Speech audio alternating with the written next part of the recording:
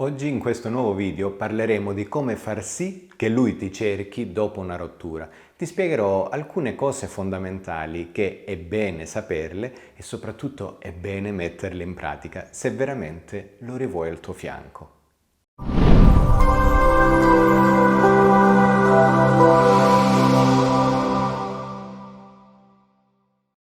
Io sono Domenico Iapello, sono un love coach e su questo canale ti parlo di riconquista, di seduzione, di coppia e di crescita personale. Se ti va, iscriviti e attiva la campanellina, così ogni volta che pubblicherò un nuovo video potrai vederlo in anteprima. Bene, ora andiamo a noi e cerchiamo di capire cosa accade quando finisce una relazione e soprattutto cerchiamo di delineare perché lui tendenzialmente non ti cerca. Quando finisce una relazione si innescano tutta una serie di concetti emozionali, ok? Io voglio limitarmi solo a quello che è l'aspetto emozionale, perché secondo me dietro il mondo delle emozioni si nascondono le vere soluzioni ai problemi di coppia. Quindi, dal punto di vista emozionale, quando finisce una relazione si innescano una serie di fasi consecutive una all'altra, quindi dal rifiuto all'abbandono, al momento della consapevolezza, della negazione, della tristezza, la rabbia, la paura, l'istinto, quindi consecutive una dietro l'altra queste emozioni vanno a creare una sorta di dinamiche comunicative tra te e il tuo ex che mettono l'altra persona nelle condizioni di fare dei passi indietro, ok? Cosa succede? Proprio per questa ragione e proprio per tutte queste emozioni che si concatenano una con l'altra, lui è propenso in un certo senso a non entrare in queste dinamiche e quindi rimanere fuori. Per rimanere fuori cosa fa? Non ti cerca, ok?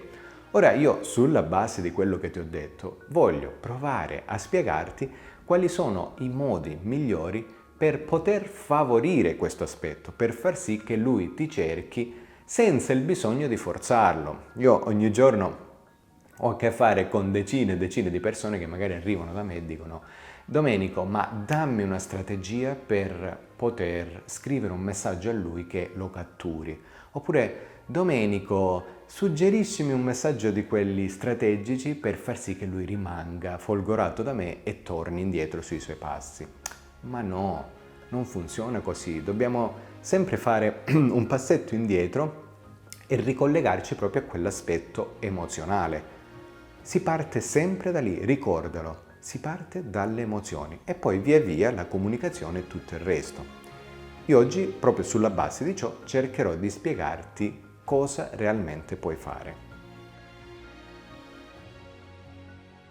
Il primo passaggio in assoluto è quello di prendere un foglio di carta e scrivere la vera ragione per la quale tra di voi è finita. Ora, prova a farti un esempio. Se lo hai tradito, mettiamo questa ipotesi, lui difficilmente ti può cercare nuovamente con una certa serenità, con una certa tranquillità. Quindi questo aspetto poi richiederebbe più tempo per favorire il suo ritorno, per far sì che lui ti cerchi con fiducia, con serenità, con tranquillità, con quell'affetto e quell'attenzione di prima. Quindi capisci come la ragione, il vero motivo della rottura è fondamentale per attuare poi i passaggi che tra poco ti dirò. Quindi prendi questo foglio di carta e in alto scrivi: per quale vera ragione tra di noi è finita. Ti dico quali non sono delle ragioni. Non ti amo più, non sento più la stessa cosa di prima, sono io non sei tu, forse tra di noi ci sono troppi litigi. Ecco, queste non sono delle motivazioni. Le motivazioni sono sempre, ripeto, sono sempre legate alle emozioni, ok?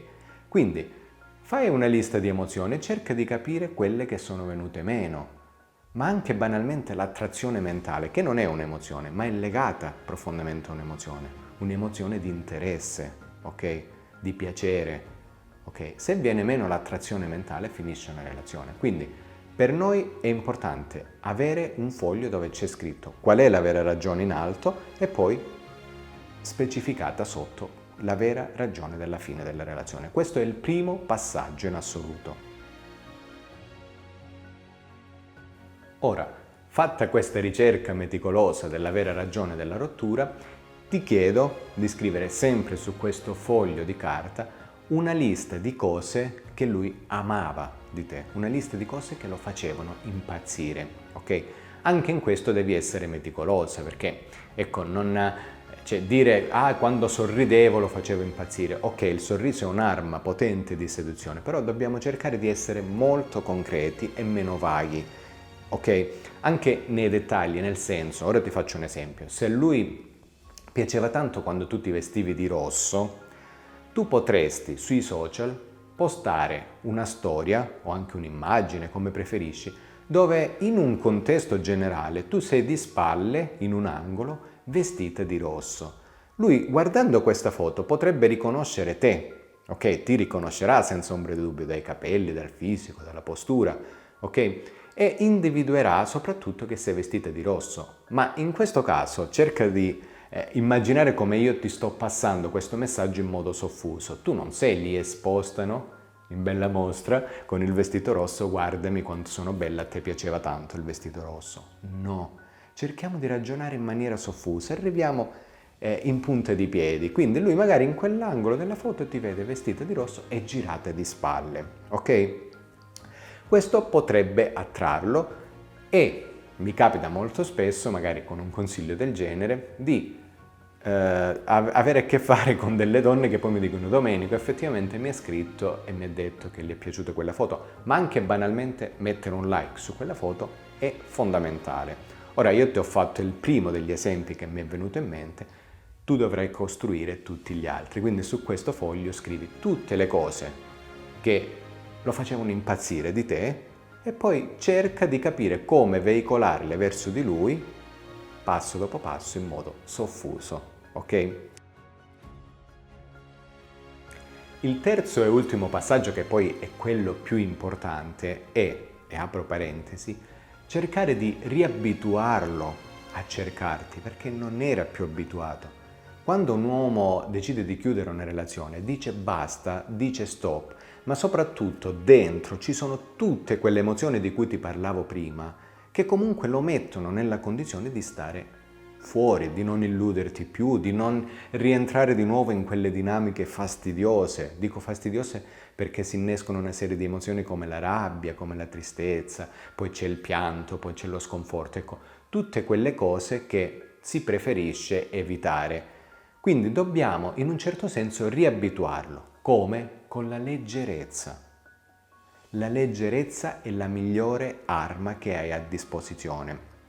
Questo significa che banalmente potresti anche scrivergli tu, magari dire: sai, ti scrivo semplicemente per un saluto e per dirti che l'altra notte ti ho sognato, puntini puntini. Fine, non stai chiedendo nulla di che, non stai insinuando nulla, non stai chiedendo di tornare con te, nulla di tutto questo, ok? Ma cosa stai facendo? Stai attivando un canale molto importante che è la curiosità. E lui qui potrebbe dire: ah, e cosa hai sognato? Lì inizia il gioco. Lì devi, in un certo senso, costruire come se tu fossi, ecco, voglio spiegartelo così, è come se tu fossi una regista, ok? E iniziassi questo tuo film che deve avere tutta una serie di puntate, ok? Quindi dovrai essere brava a portarlo da una puntata all'altra, come se fosse proprio una soap opera, ok? Anche per dire, magari accenni qualcosa di questo sogno e dici: sai, ora ho un impegno, poi se ti va magari stasera ti scrivo e ti racconto ancora un po'. Ecco, qui si crea l'aspettativa. Se poi la sera banalmente tu non scrivi, non è escluso che lui possa prendere il cellulare e dirti: ma poi quel sogno com'è andato a finire? Naturalmente l'impatto iniziale deve destare molta curiosità, ok? Ora, detto questo, ti ho parlato di alcuni passaggi fondamentali e veramente preziosi, quindi ti consiglio di prenderti il tempo proprio per dedicare a loro una certa cura e cercare di portarli avanti, perché sicuramente alzeranno l'asticella delle tue opportunità. e soprattutto della possibilità di farti contattare, di farti cercare. È possibile, puoi farlo, ok? Ora è vero che ci sono centinaia e centinaia di dinamiche diverse, magari il tuo ex è diverso da un altro uomo, da altri centinaia di ragazzi magari, però, e c'è un però, ricorda che alcune dinamiche psicologiche che si basano soprattutto sulle emozioni hanno sempre funzionato, sin dai tempi della preistoria, ok? Quindi sulla base di ciò, prova a fidarti di quello che ti sto dicendo e proviamoci insieme, ok?